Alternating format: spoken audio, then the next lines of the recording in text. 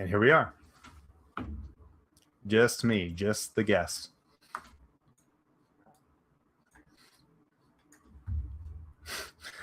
I guess it's just me now. So maybe I'll just be interviewing myself. My name is Tristan Thompson. I also go by Tristar. I have a few published covers. I've been published since 2021. I think Andrew was going to cover my con artist covers, which I've had 2 come out in the past couple months. And this year is pretty much all that's been coming out. I've had a couple shows. I'll be at Nashville GalaxyCon in 2 weeks. And I'll be at Indiana Comic Con. I'll be at Fan Expo Chicago, as I do every year. And I'm trying to think what else I had. I have more covers coming out this year, but I'm limited on what I can talk about. Otherwise, I've been published by Dynamite, Coffin, Udon. What else? Zenoscope was a big one. I haven't done any work for Zenoscope in a few years, but it's I have probably about a dozen covers through them. And that's pretty much it. I'll let Andrew take it away whenever he gets back. Who knows when that's going to be. I might just be doing this, like just monologuing for an hour and a half. But actually, I'm going to shut my door because now that my cat left.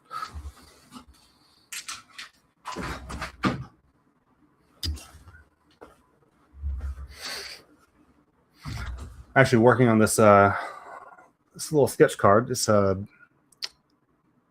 a VOA sketch card, but you can record the process, and then whenever the purchaser buys it, they can scan this little QR code on the back, and you can see the process. So I take all my videos that I recorded of it, and then I upload it to VOA, and then when you scan the QR code, the buyer can see the process of the videos that I uploaded.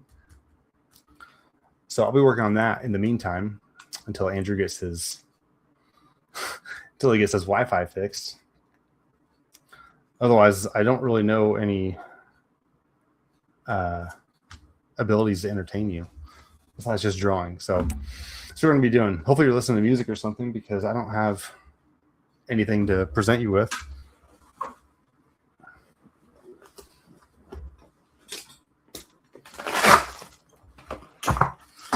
I'm in the coloring process now, so I'll be getting at my Copics. I start with the lightest colors first. Right now I've gotten a light skin tone and a light green. So next I'll be doing the hair, and then I'm going to do a light wash of alcohol markers, and at the end I'll probably do colored pencils, because I've been trying to like mix up my medias a little bit. I've been following some other artists who do the same thing, and they turn out phenomenal. There he is. Sorry about that, everybody. No, you're good. So I've been monologuing for like 3 minutes and 19 seconds now.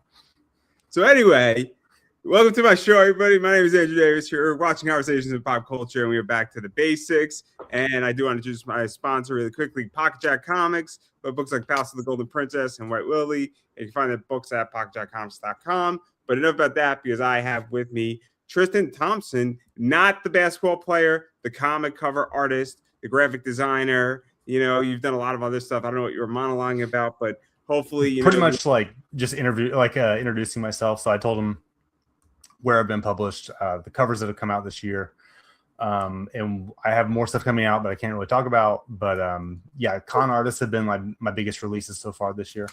But we're going to talk about all that, but cool. You kind of introduced yourself a little bit already, and obviously I was going to give you a chance to introduce who you are, because it's been, I think, like 18 months, 2 years, probably something like that. Yeah. So obviously you got a lot of stuff that's come out, but why don't you quickly introduce who you are? So yeah, Tristan Thompson is my name. I go by Tristar. I figured out that Tristar is a shorter moniker. There's less chance of misspelling it when you go to search for my social media, less chance of it getting mixed up with the basketball player. So I just try and shorten it. It's more memorable. I've been published through Zenoscope. I've done about a dozen covers through Zenoscope. It's been a while since I've had a cover come out through Zenoscope, but actually just recently, maybe like September, I had that cover come out for Ralph Tedesco. It was the Escort, and that was the first time I had worked with Ralph directly since Zenoscope. And then I've had some con artist covers. I'm doing a series right now of Final Fantasy cosplay characters, and so I have 10 picked out. 3 have been released, or at least shown. 2 have been released. The third one, I think, is still on a campaign. I've done a couple Udon covers. I have another Udon cover coming out this year. Can't say what it is, but I've done Street Fighter, I've done Darkstalkers, Dynamite, I've done The Boys, I've done Vampirella, Red Sonja. Yeah, so let's get into some of this stuff. Yeah, of course. So, obviously, I want to talk about con artists. So that's Ryan Kincaid. I think I got his name right. Hopefully, if I didn't get his name right, I'm sorry. I'm just going to apologize before I do anything wrong here. But obviously, I mean, con artists, it's a interesting, and they tend to do well on Kickstarter. And then I think there's stuff that's off Kickstarter as well with some of those. There's some exclusives that are off Kickstarter, I believe. I could be mistaken here, but that's my understanding. No, you got it. Yep. But like, how'd you get involved with that? Because it's a fun concept, and I have some of those, and I love looking at those covers. And it's cosplay, pop culture oriented, and I think it's kind of a big deal because it's similar to Xenoscope. It's bad girl art, it's all that. But like, how'd you get involved with that? Because it is a good campaign to be on. It is, yeah. It's a lot of fun because you can pretty much pick whatever character you want as long as it can be passed off as a cosplay. So you can't create something that like couldn't take place in the real life, like in real world. So you can't have someone flying through the air like Supergirl. You'd have to have something that could be passed off as a cosplay. But how I got involved, I'm trying to think what my first one was. I think it was the Princess Peach cover I did a few years ago. I think that was in 2023. I believe that was the first one I did. It could have been a Sailor Moon. Yeah, that one. I don't remember if I may have done a Sailor Moon before that, though. I don't remember if it came out before or after, but Ryan and we shared a booth at Vegas, Amazing Con in Vegas, and I did a cover for that. And so Ryan just reached out to me and asked me if I would want to do a cover for him, because I think he had just seen my work that I'd done with Comics Elite. So he wanted to partner with me, and like I've grown, like I feel like Ryan and I are more than just like coworkers. I feel like we're more friends now, and his wife Shannon, I'm friends with her. So I think just being on a more personal level with them, they've continued to work with me because I think I'm easy to work with. I get to do fun covers for them, so I think we both win in that way. So yeah, so let's talk about that, because, and we'll start with the Princess Peach, and then we'll work around that. Yeah. Obviously, you did that Princess Peach, which is this one right here. Then there's the tattoo version of that. Hopefully, is going to pop up here in a second. So you got the tattoo version, and then I'm not too sure, and I didn't want to show it if it exists, but there's obviously medals, foils that come with all this. Yep. I think there's some topless. I don't. No, there was no top. That was as risque as it goes. Because some of them go topless, and depending on I think there's a Sailor Moon one, which is kind of, but it has like emojis over it. So, but there's nothing R-rated. At least not mine. Maybe it's like some other artists do, but not mine. Yeah. So as soon as this thing pops down, it's just, there we go. It's one of those days. My computer is not being a good boy with me. But going into that, so what is that like? Because obviously you're doing Princess Peach. Everybody knows Princess Peach. Right. You get to do the traditional regular, and then you get to also do the tattoo version, which is kind of, a nice variation, but it's not over the top. I don't know how to explain that, because I don't think it's not safe for work, right? But it's that like bad girl vibe, but it's not like topless. I don't know if that makes any sense. Like, right. And I could still show that to my mom is the point. Right. Yeah. I always try to keep my stuff PG-13 because eventually I like to work with DC or Marvel, and I feel like that's a big filter that they kind of have. Like if you get roped into that too much, then you kind of sequester yourself into that world, and that's fine. There's a lot of my favorite artists who work in that field, but for me personally, I'd like to eventually get something for DC, it's just easier to get into that world if you're doing more than just like topless covers. And then obviously, you're doing Princess Peach. And then to go further into this, because obviously I love Nintendo. And we'll talk about the Zelda one here. Yep. Which that was Con Artists 5, I think. Yes. Yeah, that was it was a con artist, but it was a Bloodhaven exclusive. Do you know Bloodhaven? I don't. I don't. He's a big seller on Whatnot, and then I think he's grown quite a following on eBay Live. But that was last year, early in 2025. We did a release through Mutant City Comics. But it was his. I think he let me do whatever I wanted, but I was like, I haven't done a Zelda yet, so got to do a Zelda. So let's talk about that because it's interesting, right? That obviously I buy and sell comics on eBay. I don't do eBay Live. I just don't have the time to go sit in front of a live audience. Yeah, right. I have a life outside of this. I'm sorry, everybody. No, you're good. It's the minimal amount of time that I have to myself. It's not a lot. But what is that like? Because it's interesting when you're developing somebody an exclusive. They're only selling it on their platform. And because I think it's interesting, right? Because you're giving somebody and you're providing somebody a unique product. But,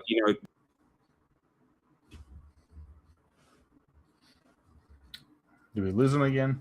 Oh, no. Well, I've gotten a little bit further on my... It's going to be one of these days. You're back already. That was quick. Okay.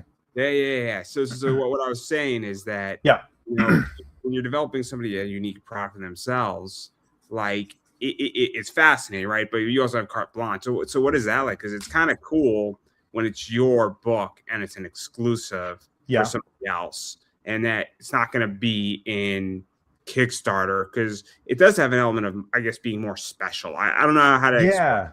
Yeah. So when they did that one, they had a bunch of different versions. Like obviously I did the 3 versions. There was an armor version, there was the tattoo version, that one, and then there was like just a non-tattoo. But yeah, then they printed a gold medal. I think they did gold foil, and then they did a bunch of different glitter types as well.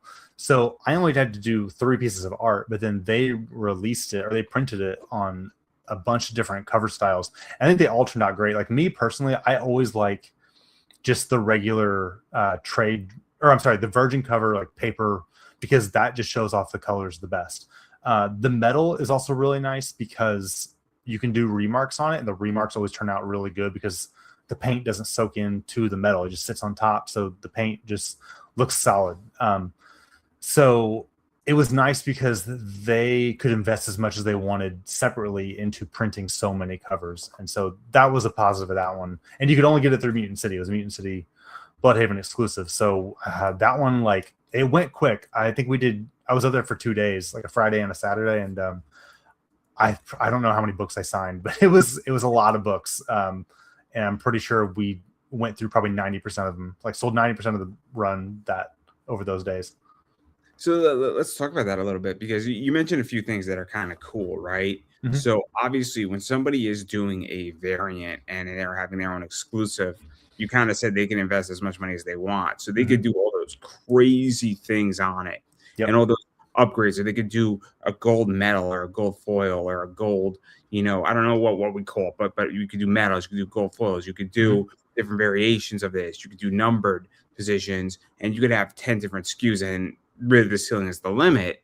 And but you don't have to pay for it. Like that's what's nice about it, is that you don't have the problem of printing it. All you have to do is the art, and you just have to sign it, essentially.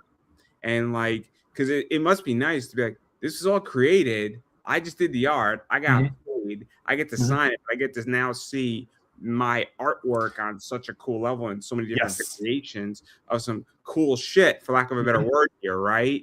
Of course. Like, I mean, it must be cool at this. It must be so nice. Yeah, well, I like seeing my art. I mean, not only like pay me, but also have someone else make a lot of money off of it, because then it shows that I'm valuable. So whenever someone else can make a lot of money off of my art, I think that's great. I love it. I love seeing them like really happy with how much they sold, because then that means they're gonna work with me again. It's job security for me to know that like I can make someone else a lot of money, because I'm happy for them in that case, because I got paid my share, so I'm fine. And I'm signing these books, like there aren't even books that have sold yet. There's just books that, like, once I'm up there, I'm signing Mutant City's own copies. That way when they sell them, they can upsell them because they're signed. So when I'm selling them, I'm charging I don't know, I think there was like $5 a signature. So I don't know. I forget if I was making half that, like $250 a signature. But if you're signing like hundreds of books, like that's awesome. Like I made as much money as I wanted to make before we even went live. Like just after signing the books, I'm like, okay, well, this is worth my trip up here. So it's something that like, yeah, you're making them a lot of money. You're mentioning something, and I love going into the business of things, and people hate it, but this is what I think is important: is that you as an artist need to make the person who bought your art money. You're not responsible for promoting the book by any stretch of the imagination. No, like it's nice to coincide. Like whenever the book gets released, if I'll go ahead and finish, whenever the book gets released, if they can let the artist know when it's getting released, that way we can advertise it. You coming back? It's coming back. I'm gonna wait for him.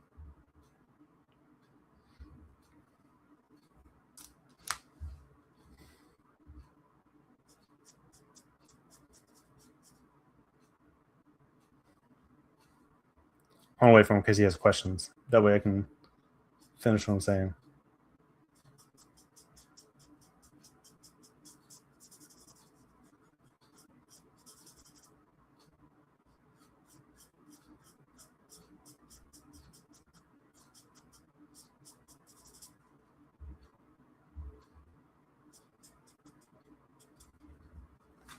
So I've started to work on the hair a little bit.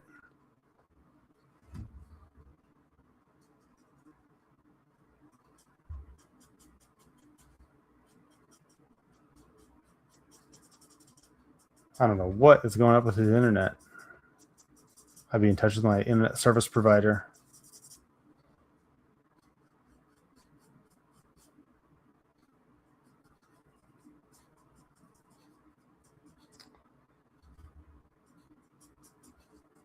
Well, I hope this is entertaining for you, having you see my giant forehead.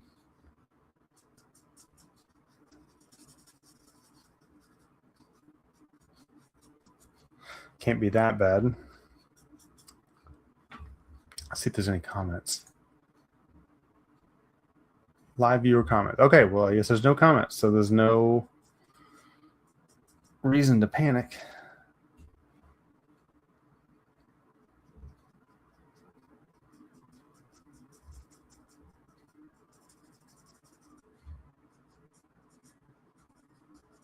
No reason to keep chatting if there's no one to chat to.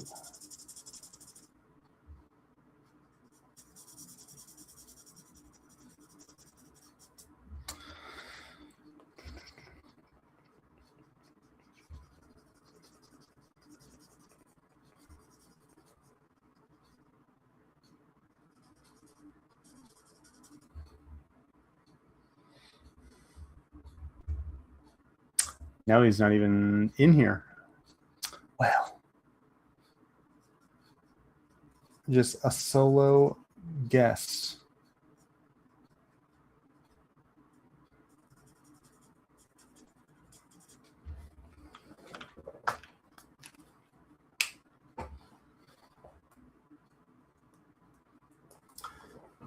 Viewership down to 0.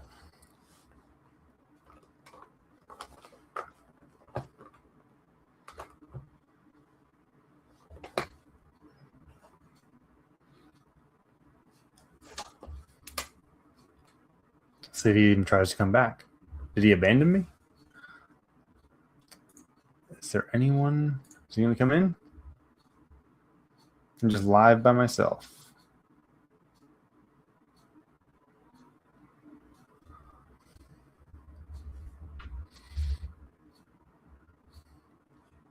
Could this be the worst interview I've ever had?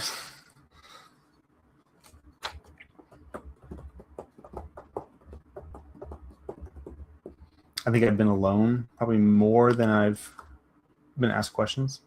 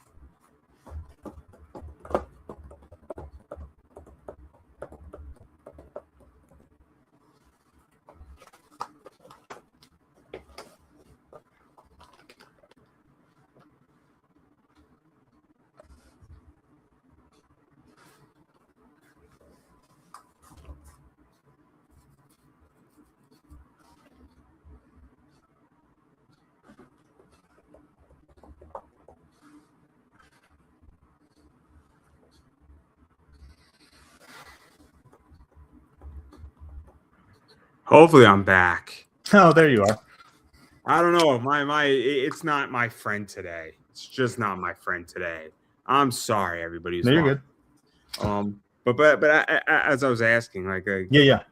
what is, because I mean, I think it's a dirty thing in business where you got to make your client money and you don't have any requirement to promote the book, and that's not your responsibility per se. That's their job to do all the social media stuff. Mhm. But it's still important that an artist makes their client money, because otherwise, you kind of alluded to it, where it affects your value, I think. But maybe course, I'm wrong. yeah. I know. I don't know anything. No, I mean, yeah, you're right. I mean, that's how I see it anyway. But I think what I was saying was it'd be nice if publishers, like whenever you do the art form, if they let you know, which some publishers do, like Coffin's been really good about it.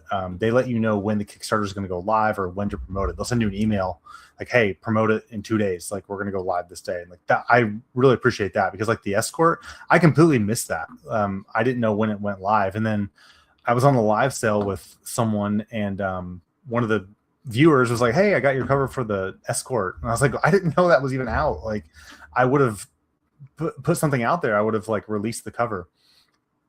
Did I lose them again? Anyway, I would have put the cover out there just to let people know. So publishers, if you're watching, if you could make it a point to let the artist know when the cover's out. I don't know if you just put us all like on a group chat or something. I don't know. Just message us 2 days before. Let us know, hey, promote the cover this day. I had a conversation with Marissa Pope about it, and we both agreed. We just wish, because I don't know, we have too much other stuff going on, but we'll be glad to promote it if you let us know. And that's all I have to say about that. Perfect. Are you back? I hope. I hope. Did you hear what I said? I don't know if you like even caught what I said. I think. I mean, if you explained it, then I'll just. Yeah, I did. Yeah, I explained it.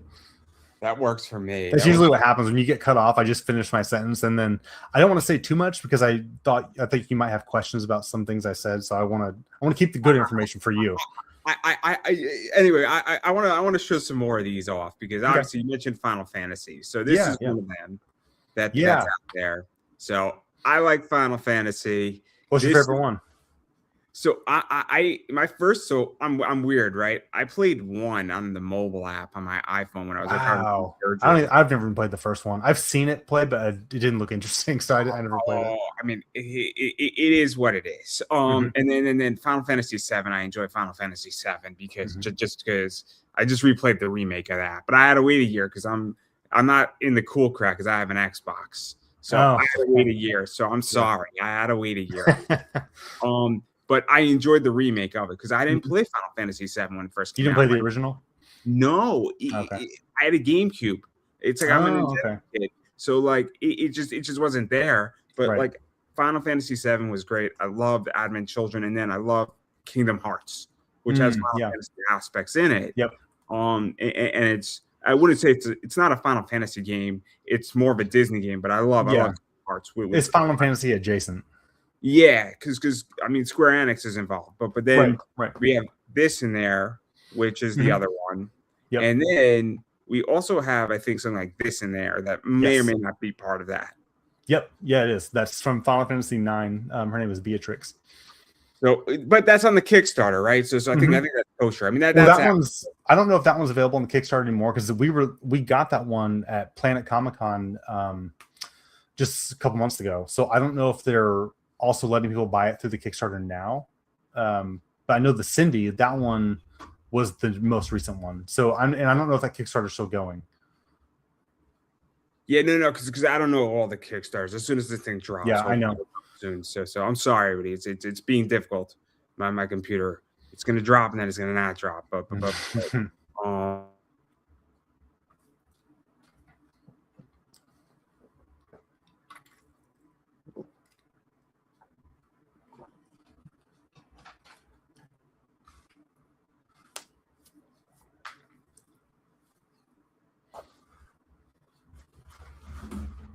actually, I think all of these were done actually last year. Oh no, I lost him again. And he just has it over my face. This is the worst possible. This is the worst possible situation.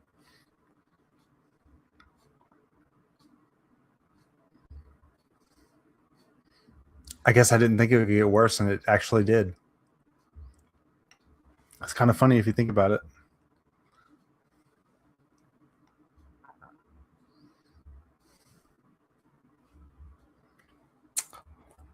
Well, I'll just go back to my doodles.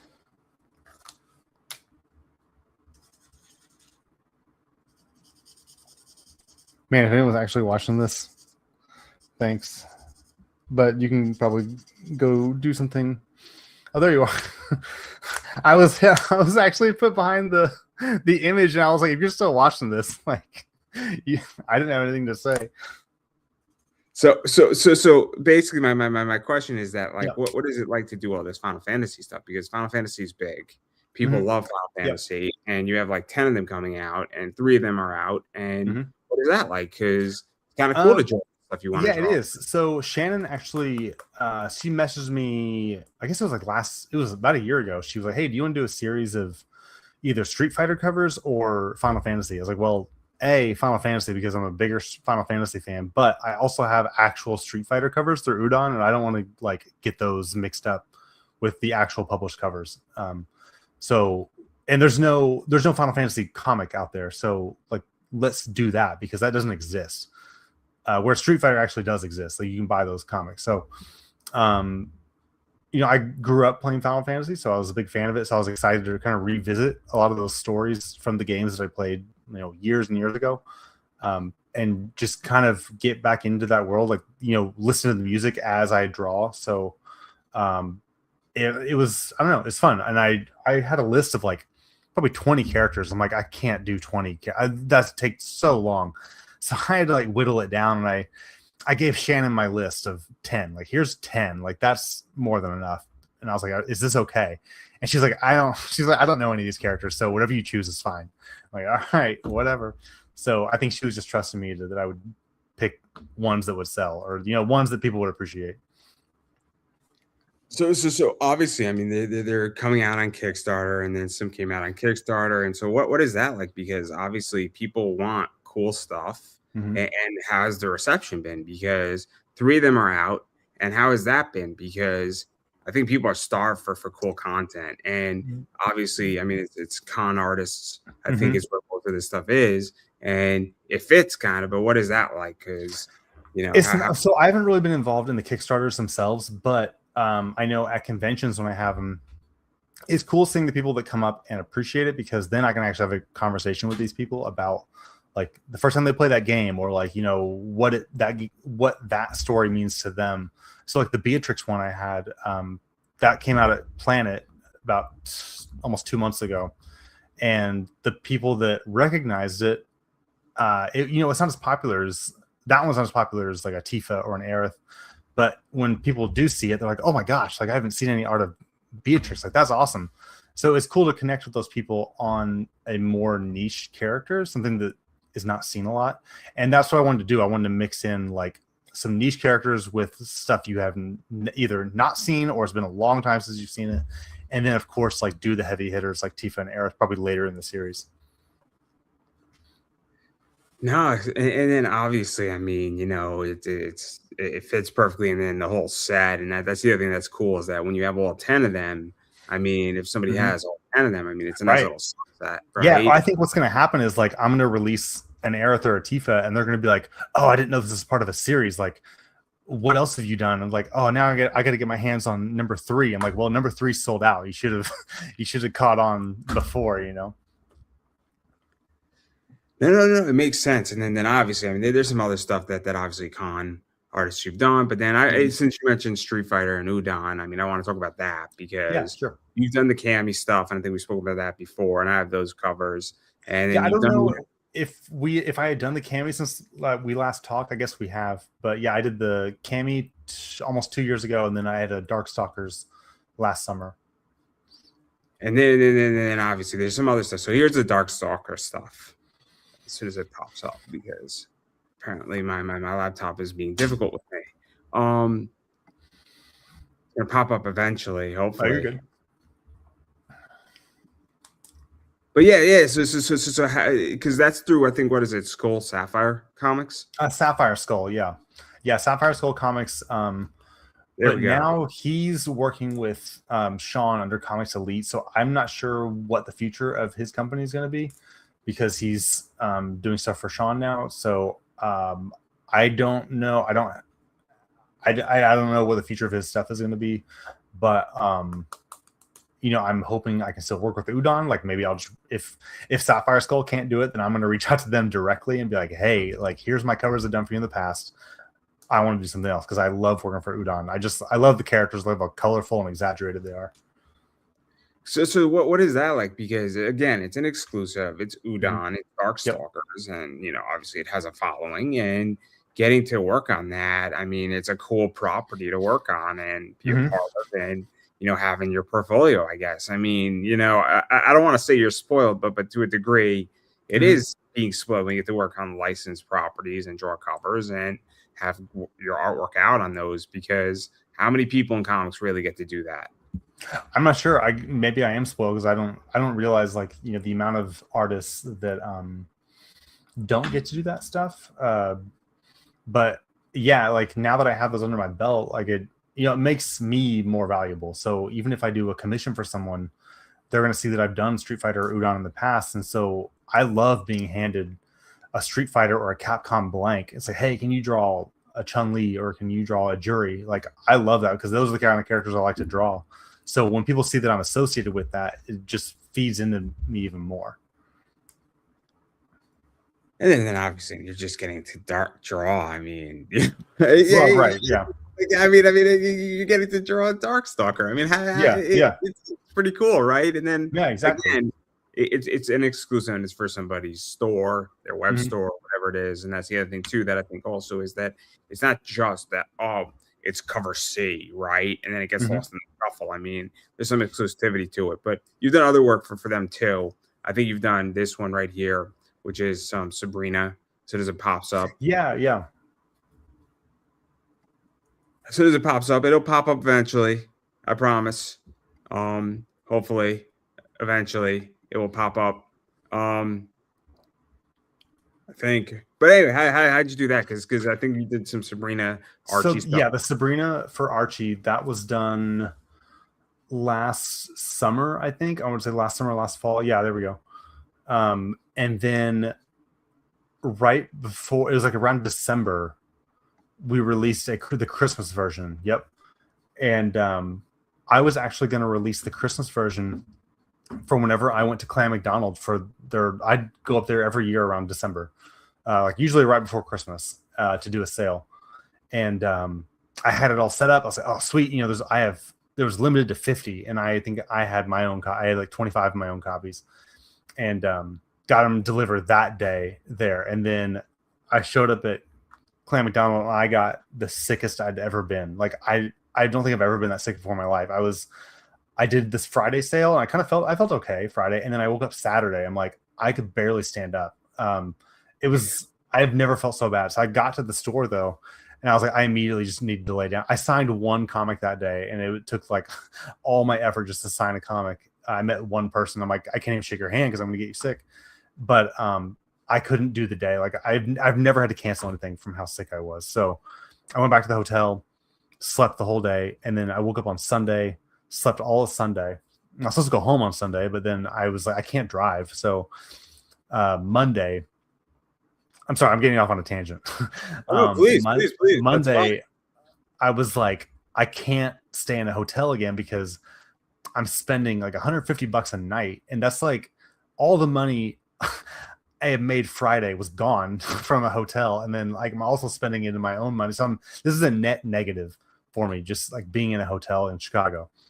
I was like, I got to go home. So I went to the Clan McDonald, picked up my stuff, and then I drove home, which is like about 3.5, 4 hours. But I stopped every probably hour just to see if I would need to take a nap because I could barely drive. Anyway, that was the story. I did make it home, obviously, but I that was the story behind that cover. I don't think I may have sold one version of that cover since then, but that was supposed to be the release weekend, and I couldn't make it happen. So I still feel really bad about that weekend. I tell Michael and Aaron about that, the guys that work there, but I squandered it. It was awful as I was so sick, but hopefully I can promote it more this year. Maybe 2026 Christmas will be the year for the Sabrina cover. So obviously, I mean, con crud's a real thing, and this wasn't con crud. It was not con crud because like I hadn't been in a con. It was just I don't know what it was. I could have been the flu because I didn't throw up though as a thing. I just felt like I had no appetite. I lost 15 pounds in 2 weeks. That's like a pound a day that I was losing because I didn't eat. I couldn't eat. I just lay on the couch for 2 weeks. Like I said, I've never been that sick in my life. It was awful. I'm not laughing at you. I think no. That's fine. I laughed at the situation. I don't mind. But my point is that, you know, obviously it's a Christmas cover and it's an awesome cover, right? I mean, it was a lot of fun to do, cover, right? And it's that just cover actually. I probably spent 3 times as much time on the background than I did on the actual character. That's crazy. That's wild. That's just. I mean, wild. There's so much detail in the town. Like I probably could have even pushed it further, but the character herself didn't take me that long. It was the background that took me forever. But yeah, so obviously you still have it, and you could release your 24 that are left or your 23 that are left, right. And yep. pick that up. And but that's crazy. But again, it's Archie, it's Sabrina, so it's always perfect, right, for that. And then obviously continuing speaking about this, and then obviously, you know, Into the Void, because I like this. It reminds me of Born of Blood. It's Giaris, the character from Born of Blood, but it's just she's on a different title. Sean explained it to me, like how they're crossing over. I kind of lost track with everything because it's pretty detailed, and he had it all in his head. He spilled it all out to me. I wish I could reiterate it, but like my memory is just not that good. But yeah, this is Giaris from Born of Blood, but it's just under the title Into the Void. I think Into the Void is like a conglomeration of all the characters from Merc together. So I don't know if it's necessarily focusing on one or the other, but it features every character. And Sean was kind of proud that he was able to kill off a lot of the fluff characters, like right off the bat. Like they're all dead, so that way he doesn't have to keep writing them. That's interesting. Again, I have not picked up a Merc book in a while, just because I hadn't done a Merc book in a while. The last Merc book I had done before that was the C2E2 of 2023 exclusive. So that was almost like 3 years I had done since I'd done a Merc cover. Oh, it's nothing against Merc. It's just that exactly. So much content out there, and it's impossible to keep up. And so, you know, that's that. But I digress on that. But obviously, I mean that's that book, and it's beautifully illustrated. So we have that. Thank you. And then there's some other stuff too that I want to get into and talk about, because you know there's a lot of stuff you've done. Obviously this one right here, I think hopefully it'll pop up eventually. Because I was hoping you would bring this one up. Sorry, did you have a question first before I just like go ramble? Oh no, Bad Donut. I love Bad Donut. I think Bad Donut's a fun company. I think that. Oh my gosh, yeah. So I've never met him. I'm sorry. They're just a wild company. Yeah. So I've never met. I think his name's John, the owner. I've never met him, talked to him. It's always just been through Instagram messaging. But man, this cover, he got in touch with me about this like probably in August last year. Could have been even before that, but I kept asking him. I was like, "Hey, do you have a deadline for this?" Because I had so much work just piled up, and I knew this would take me a long time because this is a 4-cover connecting set. It's what would that be? It would be 22 inches by 34 inches. So basically like full movie poster size. But when I initially penciled it out, it was just going to be like 4 portraits basically of the characters like in a line. But I was like, you know what? Like you can make this way more interesting and stack it so that where they're all together like on ammo boxes and stuff. So I sent him the lines for this version. He was like, "Oh, that's awesome." I never even thought about doing like a stacked version like that. And so again, that was like back in August or so. And then I think I finally got to I jumped on some other projects, and I think I finally got to like I do like a grayscale underpainting. I think I got to that like in December or so, but then I got sick and I didn't work for probably 2 or 3 weeks. It was like a forced vacation. And then I finally got back into it around like January, February. And then I had the Into the Void cover come up. I'm like, oh, I got to get this out in February. And then I had to do another poster in March. So I had to put it on hold again. And then I was like, okay, I can get this done in April. And so I kept updating him like, hey, I don't want you to think I forgot about this. I just had stuff like kept coming up and needed like quicker due dates. And so I finally got it out towards the end of April. I think that's when he said he was going to do his Kickstarter. So I don't know if I guess he's launched his Kickstarter by now. I'm not sure. But that cover, it was probably one of the most ambitious projects I've ever done, but I think it turned out great. I'm really happy with how it looks. So what is that like? Because it's a big one, right? I mean, it's what is it, like 4 comic covers? Yes, 4 covers stacked together. So you can bisect it down the center and then across as well.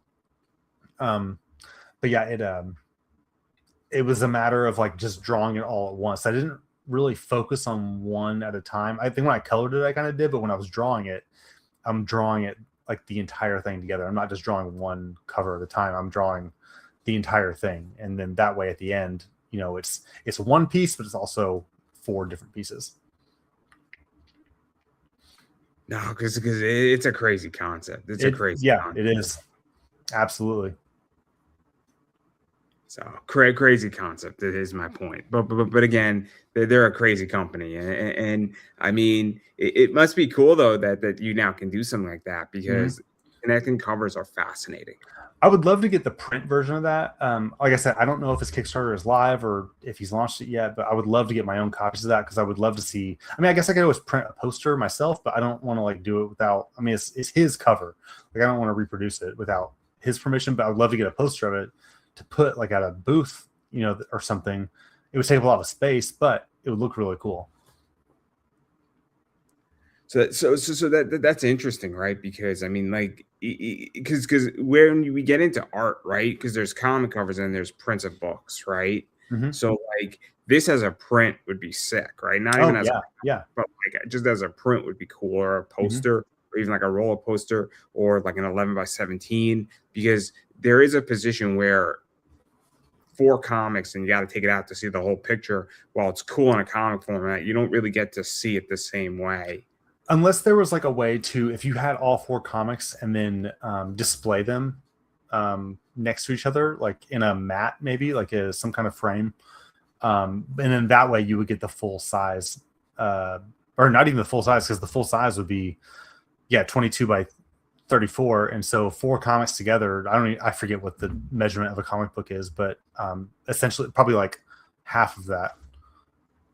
Oh, that's so interesting. It's so interesting. Again, I think the cover is fascinating. I think the whole concept's fascinating. I think it is. Yeah, it was very ambitious. Took me like pretty much 8-9 months to finish it, because I had so many other things come up in the meantime. And it's also like I didn't want to have to do it all in one run. I like to, when I do covers, I like to focus on one at a time. I don't like to balance covers, but with that one, I had to dip in and out of it, because if I had done the whole thing at once, it would have taken me. I mean, I was going to burn out with that one cover, and I had to like take a step back and then work on something else and then go back into it, because it was just so ambitious. It was impossible for me to do the whole thing in one run. Oh, that's so interesting. Again, I mean, I'm not a cover artist, and that's not what I do. So, but I find creation to be a fascinating process. Just in general. But obviously, I mean, it's cool, and thank you. I would imagine it's successful. And then obviously we mentioned Lady Death, so we might as well talk about that too. Yeah. So this right here, it's Hell Witch. So obviously as soon as it pops up, but you worked on Hell Witch, and then you worked, I think, on another Lady Death. And yes, I mean, Brian Pulido, Lady Death, Coffin Comics. That is a unique animal collectively. I don't know how to explain Coffin any other way than that.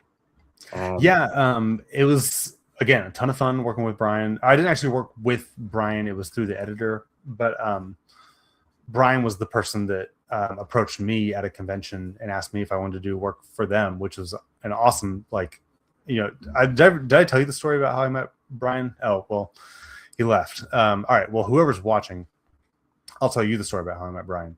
So I was at Motor City Comic Con, and I was wearing a Power Trip shirt. They're a thrash metal band, and two guys approached me. One of them was wearing a Black Sabbath shirt, and so the guy in the Black Sabbath shirt, he was like, "Oh, hey, I like your Power Trip shirt." I was like, "Oh, I like your Black Sabbath shirt." So we just started cutting up, talking about metal music, and we hit it off really well. And then after probably a few minutes of talking, he was like, "Oh, by the way, I'm Brian Polito. I want you to see if you would do a cover for us." And I was like, "Oh my God, yes!" Like, I just reached out to Coffin. Okay, you're back. So I was telling the story. I didn't want to stop just because you left. Oh, you're fine. You're fine. Continue.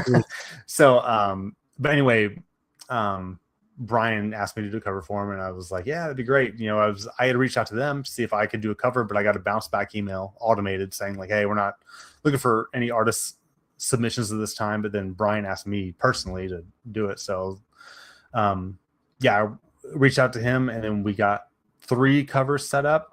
2 of them have been released, which you've seen, the Lady Death and the Hell Witch. The other one is a Lady Satanist, but I'm not sure if they're going to release it or if they're just sitting on it for now. But that's as much as I can say about it. I'm not sure if it's going to see the light of day. So yeah, but obviously that's the other Lady Death. Yep. Out there.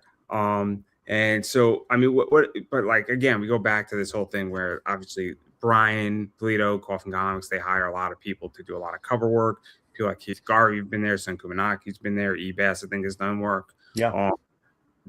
I mean, the list can go on and on and on. I mean, we can name like 50,000 artists who have worked for Coffin. Dawn Mateague or Mateague, not exactly sure. I'm sure Chazudis has done work for them. So what is that like? Because it is, if you're an artist, that's a company, that's a good company to work for. Of course. Getting to play in Lady Death's, I guess, realms. And they might be the most successful Kickstarter comic company out there. Yeah, I mean, well, now they have their own platform. I don't think they use Kickstarter anymore. They have their own thing through their own website. But again, yeah, it's awesome, like being able to be featured alongside those artists. Like even with Clan McDonald, when I did a cover for them, they had like 8 artists. I think they were doing they did like a series at the end of 2024 or 2023. I can't remember. But I did a Princess Leia for them. It was like a cosplay cover for their Cause and Effect. And the artist lineup on that, I was like, why is it an all-star lineup plus me? Like, it doesn't make any sense. And they're like, well, no, like we wanted to have you along. Like this is like the group we wanted. I was like, all right, that's great. Because some of my favorite artists were on that. I mean, aside from like Art Germ, but like, Elias was on there. I don't know if DeBalto was on there, but Elias, E-Bass, I'm not sure who else is on there. Anyway, I love those 2 artists, plus Mike, but I don't think Mike was on it. Either way, it was an honor to be featured along some of those amazing. Oh, Shikari was on it too. But yeah, it was an honor to be featured alongside those artists. I mean, I was interviewing a wrestler, and what she said is that when she was invited to WrestleCon, she was next to like Booker T and like Ron Simmons, and she said, well, and a bunch of other like legends, and he said, well, I wasn't invited there if I didn't belong and I didn't have a seat at the table. Yeah. So there's that, and I think there's something to be said about that, right? Is that if you're invited and there's, now I'm going to say this the nicest way I can say it, and I'm going to get shit for it, so feel free to call me out on it. But if you don't feel you're at the level of everybody else and you're at the lowest level and you're the new kid on the block, but you're with the old veterans or the established and you're in the club, obviously their level and your level must to some degree be the same if you're included in that project. Yeah, there's definitely some credibility to that. And like, I think there's also maybe it's like imposter syndrome or something on my end. But I think part of it is the personability between artist and publisher, and being able to be easy to work with, I think is also a big part of it, but also like your skill. And like, and back to our first point, is your art going to sell books? Because that's really what it boils down to. Like, is your art going to make this profitable? Yeah. And also I'll say it this way too, is that how expensive you are Because if you're doing a cover for $500 and they think that they can get 2,500 out of you, I mean, and not to get into the economics of it, but there's also rate of return, ROI, all that matters too, and balancing out. But I digress. I don't want to get into the whole system of that. And because I don't know that system. Like, I just do the art. Like, obviously, I want my art to be valuable, but like, I'm not a business I mean, I guess I am, like, because I manage my own business, but like, I don't manage employees, or like, I'm not managing hundreds of thousands of dollars. Like, I'm just one guy that does the art. So yeah, my knowledge is limited there anyway. So that's in play, but obviously, and then we already mentioned it, and I do want to talk about Cheeky Comics and Escort, which hopefully will pop up eventually. But what's that whole thing? Because obviously Ralph is now doing his own thing at Black Crow, after Zenoscope, and with Cheeky, and there we go. So Ralph had reached out to me probably in June or July last year and asked if I would want to be part of the Escort again. Like, it was awesome seeing the roster that he had for the only the first issue was out at the time, and the reference image he sent me for this cover was I think it was Ebass's cover. I think he did the first one of issue 1, and so Ralph sent that to me. I was like, oh sweet, like I get to work with Ralph directly, and also work on covers that some of my favorite artists have worked on. So doing that, and then I met Ralph in person at C2E2. I guess C2E2 would have been in April, maybe. So maybe it was before that, because we had already set up the cover before I met him. So I went to go meet him in person, and he was like, "Oh, I didn't really know what to expect." Like, when he found me, because he didn't know what it looked like. I didn't really know what he looked like. But I just went and found him. He was at the not Cheeky Comics, but what am I trying to say? What's the publisher name? It's on the cover. It's on the tip of my tongue. Crow? No, not Black Crow. Space in Between? Yes, Space Between. Space Between Entertainment. He was at that booth, and so I went and found him, talked about the cover, and then he gave me an issue of the first cover. But so we talked about how I would set it up, and then that's the first and last cover I've done for him. But yeah, that one came out in September 2025. So what is it like to be working for them? Because I think this is your first, cover dealing with Cheeky Comics, Space Between, obviously working with Ralph, who's now involved in that company. And I mean, that's another one, right? That's popped up that does a lot of business. It's Pat Shand. And so what is that like? Because again, all of these places are, I don't know how to explain it. Like, there's a lot of, I guess, mid-sized level, Kickstarter level, production company. I don't know what we call them, but they're not $5,000 campaigns, right? I mean, so like, and there's a lot of potential work involved. I mean, it's cool. Like, you get to be featured along some of like the artists that I looked up to when I was developing my skill. Ebass, Don, Chazutis, and Mike DeBalfo were like those are my top people that I would kind of follow and see how they did art, and like that's what a big influence was on me. Alongside my other two favorite Art Germ and Frank Frazetta, my all-time favorite artist. But Art Germ's on his own level, and then Frank Frazetta, he passed away. So, but still, he's still a huge influence on my art. But Art Germ, him still being in the world, and like also these other artists that I know like on a personal level now, which is kind of wild. Like Dawn, I could go up and say hi to Dawn. Like, Dawn knows who I am. Like, Mike knows who I am. Jamie, like anytime I talk to Jamie Tyndall at a convention, like he approaches me, he's like, "Hey Tristan, what's going on?" Like, it's wild, because like these are guys that I all followed when I was in college, like just learning how to draw the way that I do now. I mean, again, I just get to dream people, and nobody knows who I am, and nobody recognizes me. So, I'm perfectly fine with that. Well, I mean, because you're in your world, and like I'm an artist, like in the artist world, so like the artists kind of know each other. So there's definitely a wall there. I think that's why. No, it's fine. It's fine. I'm only joking, but I like keeping it my way, because I'm an interviewer, and it makes me, there's a reason why there's a wall. It's very rare that somebody recognizes me in an interview. It's very rare. But I have friends who know who I am, and they Yeah, always exactly. But I digress right there. But obviously, I want to talk about some other stuff revolving around Kickstarter and your opinion on this. Mhm. And a lot of stuff happened in comics, I think, this week, where we had the whole Kickstarter not safe for work ban, and then we had that reversed. And I'm confused I didn't completely. know anything about it. This is the first I'm hearing about it. So supposedly they said Stripe was not going to process topless, risque, Mhm. potential other stuff, maybe full frontal nudity. I don't Mhm. really know exactly. And then they reversed it because there was backlash. Mhm. But I don't really know what the hell happened. I don't know what happened. I'm very confused on this. And my opinion on it, and it's okay if you don't have an opinion, but I'll just state mine, is that Mhm. it's private censorship and it's not good, but it's not illegal. Right. Kickstarter is a private platform, Mhm. and they can do whatever the hell they want to Right. do, good, bad, and different. I'm not one to censor art, censor speech by But you're any also means. like, in a way, you're imposing your morals on someone else. It, it, Like, it, and as a it, company, like, I don't think you have. It's not that you don't have a right, but it's like you don't have an obligation to do that. it's also complicated though, because I think that this is how I view it, is that comics make up 3 to 4% of the whole position on Kickstarter. Mhm. They have one of the highest funding rates though. It's about 60 to 78%, Mhm. which is really high. So I but like people say it's safeguarding, but my understanding of Kickstarter is that you need to have an active credit card, and you can't have a debit or a credit card unless you're 18. So I Yep. don't even know if it's gatekeeping in that. Oh no, is he gone again? All right, who's watching? Let's see. Sahir, are you still there?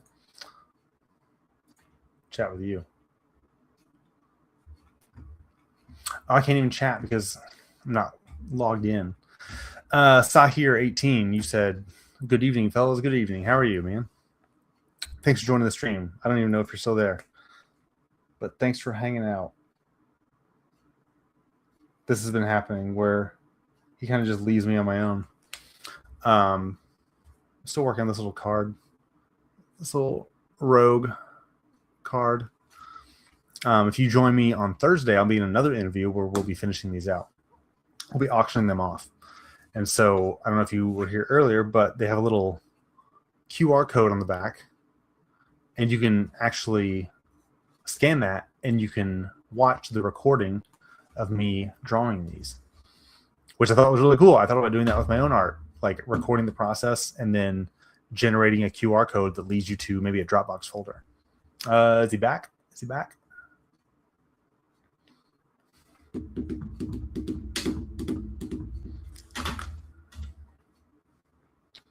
Let's see.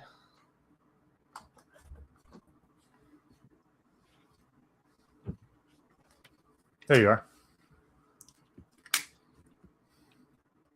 You back? Yeah, I think so. Hopefully. This is not my day. It's just not my day. Did you have an interview yesterday? I did not have an interview yesterday. Okay, I'm just wondering, when's the last time you had an interview? Was it doing it then? No, it's just being difficult today. Okay. That's nice. It's sometimes what happens. It's been difficult all day. Mm-hmm. You have days where your internet doesn't work, right? Sometimes I don't know. Ours is pretty reliable. You live out in the country?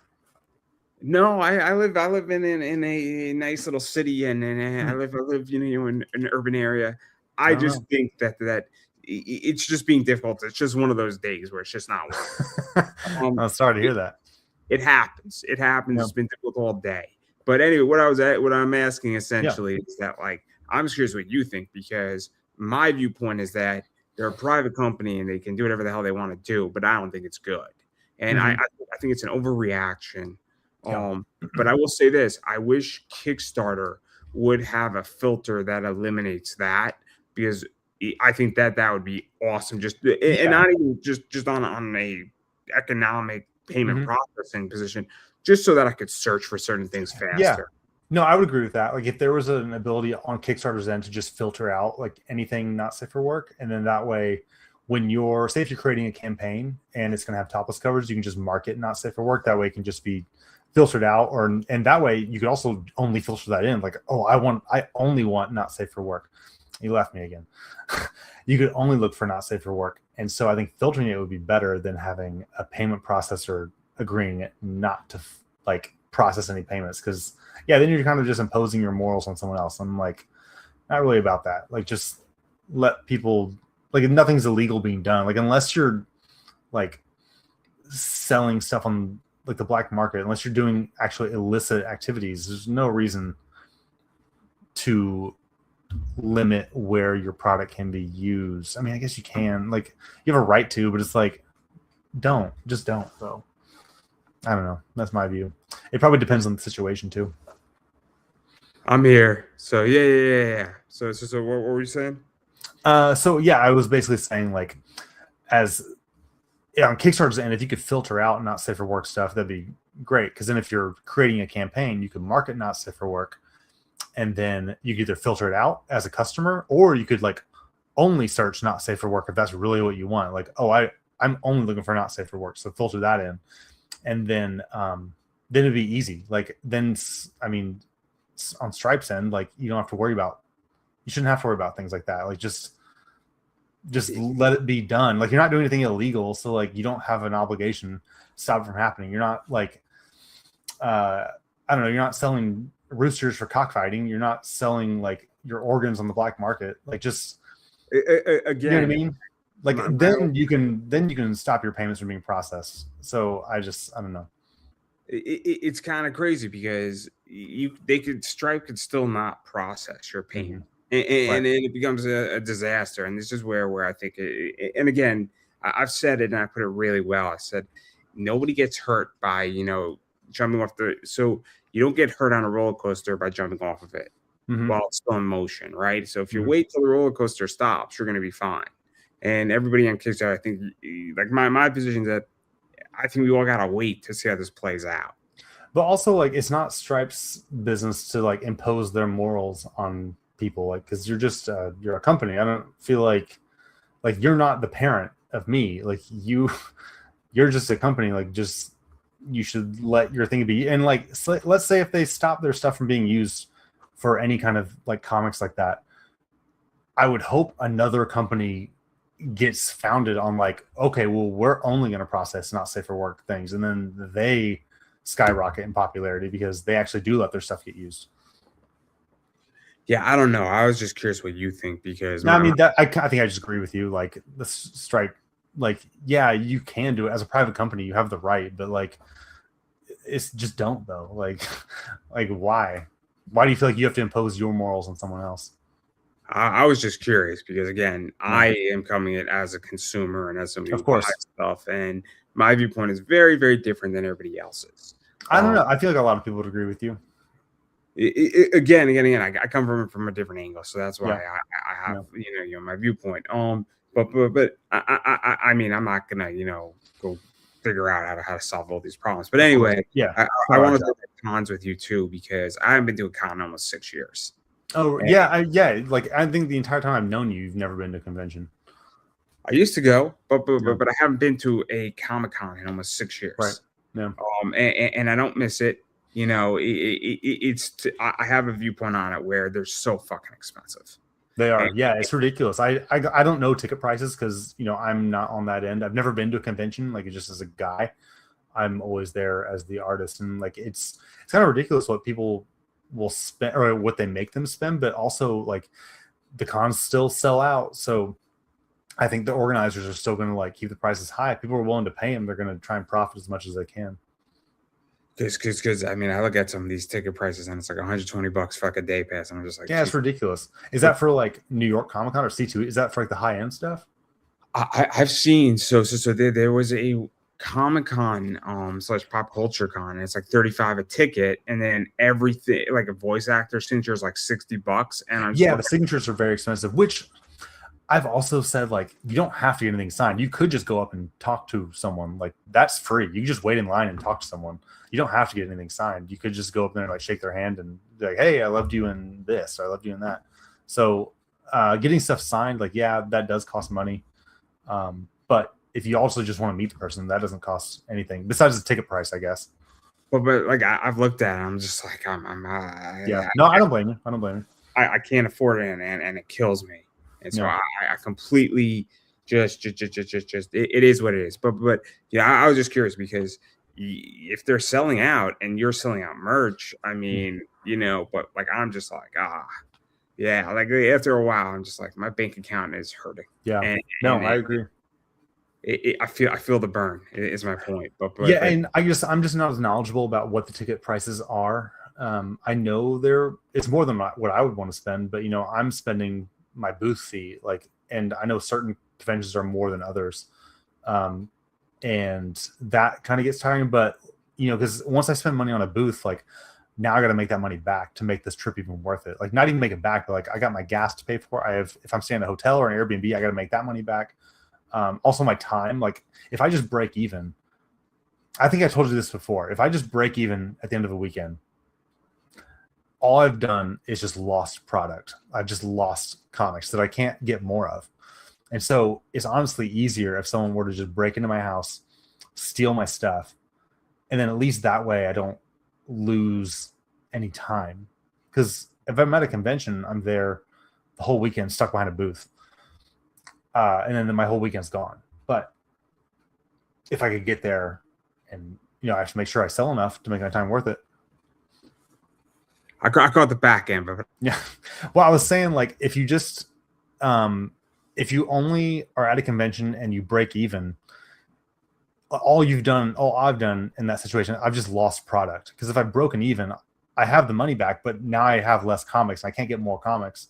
So it's easier for me if someone just breaks into my house, steals my stuff, and leaves, because at least then my time isn't wasted. That's that's kind of funny. I could have cleaned out my gutters. I could have done something productive that weekend. Because if the booth price is that high, then now I got to make $400 back, and I just sold. Okay, now I just sold a graded copy of this Lady Death. That was $400, but like now I just made my money back. But I've also lost that one of a kind comic that I had. Fair enough. Again, it's hard and it's expensive and it's not easy. This whole industry, and so it is what it is. Yeah. But I was just curious because and then this kind of leads me to my next question: is that where do you see this industry going? Because right now everything I think is so chaotic. I don't know. It's a good question. I don't think I've been in it long enough to know. I will say that every year I've been in it since I've been published, it has gotten better. Every year has been better for me. So when I did my taxes in 2025, or for 2025, it was my best year yet. So every year has just gotten better for me. So, I mean, this year, I feel like so far, all I've been doing is just trying to catch up on work that I had backlogged from last year. So I'm at a tail end now. So I would say by next week, hopefully I will be done with all my work that I was trying to get out last year because I was so bogged down with stuff. I have Nashville Comic-Con coming up, or Nashville GalaxyCon at the end of this month. And I really want to get all my projects done before I go to that because I want to come back with a clean slate. Like I want to be able to reach out to publishers that I want to work with and tell them like, hey, I can get this out in 2 weeks. Like I'm ready to roll now. And so that's where I want to be because I had so much independent stuff coming to me. I eventually had to like put a pause on it. And I was like, hold on, I don't want to do any more indie stuff. I want to reach back out to Coffin. I want to reach back out to like Comics Elite, or I want to like see if I can get in just doing bigger covers because the independent stuff, like it's great. It always comes my way, but I want more time to do like some bigger stuff that adds more value to my name. That's interesting. I mean, that's interesting. I mean, again, I get it though, right? Leveling up, I get it. But oh, that's so interesting. But again, I don't know what to say to that. But that's good, I guess, right? Yeah. I mean, yeah, I wish I could answer. I don't really know where it's going to go, but yeah, every year has been better for me. Like, so all I can do is hope that this year is even better than last. Yeah, I hope so too for me. I hope so too. But who knows? It's been one of those just chaotic Hmm. years. So it's it. Also, 2025 was complicated. But I digress. I don't want to go. This is not about me. Hmm. Um, and obviously, I mean, there's a lot of other stuff going on. I mean, you got a bunch of appearances coming up. Hmm. So obviously, I do want to give a chance where people can find you, check you out, get all Yeah. your stuff, your website, other stuff you got coming out there, appearances at cons, if I don't already mention that, commission lists if you have that open still, Hmm. and all that stuff where people can go and bother you. So I kind of so after I got to backtrack a little bit. So when I got sick in December, I made a post about going to Clam McDonald, like, hey, I'm going to be at Clam McDonald for 2 days. Ended up being there for like 4 days, but I was sick for 2 or 3 of them. And so from that point up until Planet Comic-Con in March, I don't think I made a single post on my social media. Like I was working, I had plenty of stuff to do. I was drawing, like I was getting that stuff out, but I didn't make a single post. It's like I don't want to say I fell into like a depression because I don't want to add like or say that I had something I didn't really have. It was more just like I was so focused on doing art, like I did not care about social media. Like I was just working, like just holed up in my office, like with a blanket on, just working every day, not talking to anyone except for my wife and my 3-year-old kid. And so it was more just like I was cabin fever almost. And I've made it a point now to kind of push more on my social media. So Instagram, Facebook, and Twitter. I've had a Twitter for like 15 years, but I never used it. But I X now. Sorry, this is how far I've been away from it. I've been trying to update those more often, and so I've been making those time lapse videos. Did you see any of those that I put out on Instagram? Yeah, I've seen a few of them. Yeah, so I try and do those. Like I don't know, they don't really get a lot of engagement, but I feel like it's a good way for people to see they actually care about how the process is done. They can see how it's done. And they can see like the entire process that I go through, which I think is important as an artist to see the process and see, how I work. So yeah, I'm trying to put like out 3 posts a week, and I feel like that's manageable. The thing I need to work on still is doing more live streams on my own, so like on Whatnot or whatever. But back to the original question of where you can find me. Yeah, those 3 platforms. Also, I have a live sale this Friday with Sam Franklin. I don't know his Whatnot. It'll be on Whatnot. Just pay attention to what I'm doing. You'll find me. Anyway, I have a live sale with him on Friday. I have another sketch interview on Thursday. So this whole week's like full of stuff. I got yours. I got one on Thursday with a few other artists. And then I'm doing the live sale with Sam and myself. And then I'll be at GalaxyCon Nashville at the end of this month, and then I'm doing Indiana Comic-Con the following weekend, first weekend of June. And then I don't know if I have anything else in June. I was signed up for Heroes, but I got waitlisted for that. Have you ever been to that? I have not. Okay. I have a lot of people tell me I should go, but I've tried to. Just I get waitlisted every time. But I think my next one for sure will be Fan Expo in Chicago. That one I've done. This will probably be like the 9th or 10th year I've done it. Back since it was like Wizard World. So, and I will have a new cover by then. So I have new stuff coming out, but I can't talk about it because it's not out there yet. But I promise there's one good cover I'm really looking forward to that's coming out. So keep up to date with that. And I don't know. Is that everything? Did I cover everything? My website, obviously. Commissions, yeah, you can reach out to me on Facebook or Instagram, like Messenger, and like just tell me what you want, and I can see if I have a bunch of blanks myself. So if you want it on a blank, I also do 8x12 or 8.5 by 11 paper, like it's cardstock paper. I can do those on that too. So I can always take commissions. It just depends how fast I can get it back to you. Sometimes it's going to be like a week. Other time I have something from Planet Comic-Con I'm still working on, so that's like 2 months. But I know the guy really well. He said take your time on it, so I'm not really in a rush. But yeah, I can do commissions. That I did that Final Fantasy commission. Did you see that on my Instagram? Yeah. Sketch cover. So yeah, that was a guy that just reached out to me. He's followed some of my Whatnot streams, but he asked for that, and I got it done like maybe in a couple weeks or so. But then once I got it done, I showed it to him. He's like, "All right, can you just send it off for grading?" So now I sent it off to CGC last week, and as soon as it gets back to me, I'll mail it back to him. That's cool. So yeah, if that's something you want to, if you want to commission, I'll commission you, and then I'll send it off for grading if you want to do that too. Fair enough. And then obviously this is my show, so I promote myself. Obviously I am Pop Anime Comics on Twitter/X, Pop Anime Comics on Instagram, Pop Anime Comics on Facebook, Pop Anime Comics on YouTube. Please subscribe. Got 925. We're trying to get to 950 by the end of the year. I think it's a very doable goal. 25 is not that big of a jump. So definitely trying to do that. You know, we got essentially 7 months to do it. So I think it's doable. TikTok, Pop Anime Comics. eBay is this right here, everybody. Hopefully this graphic will show up. Pop Anime Comics Collectibles. So beautiful graphic right there. Come buy stuff from my eBay store. I do carry stuff like this in my eBay store, as if it would pop up, which it is not. This is not good, but anyway, if it does pop up, that's in there. I buy cards like that in there, John Cena cards. You name it, I got it. Cards, comics, all that fun stuff.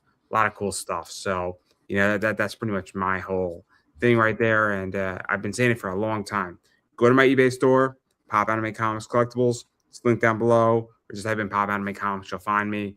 And first off, go to my store, see if there's anything you want in there. If you see what you want, buy it. If you're looking for something in particular, ask me on eBay because I may have it and I'll happily list it for you. And if I don't have it, you know, I know somebody who does. And I've been saying that forever. So that's the whole thing right there. And that's pretty much everything I got going on. And I do run another show called Big Boy Card Collecting where I educate and break card stuff open. So if you're into that stuff, and it's a good time had by all. So definitely check that out. And yeah, that's pretty much everything I got going on. So I'm going to give you the final word. Yeah, thanks for having me. I appreciate it. And hopefully next time we do another interview, I'll have some good stuff I can show. I feel like the next few months, since I've kind of put off all my indie stuff for now, hopefully by the next time we'll have like some big covers we can talk about, some big news. I'm hoping for it. I think I'm in a good place for it. So we'll see where that goes. And yeah, I think there will be some good stuff to talk about next time we get together. But we don't have to make it 18 months. We can always make it 12 months. We can make it like a year or so from now. But we'll try and get together again at some point. But yeah, no, it's been good. Thanks for having me. I appreciate it.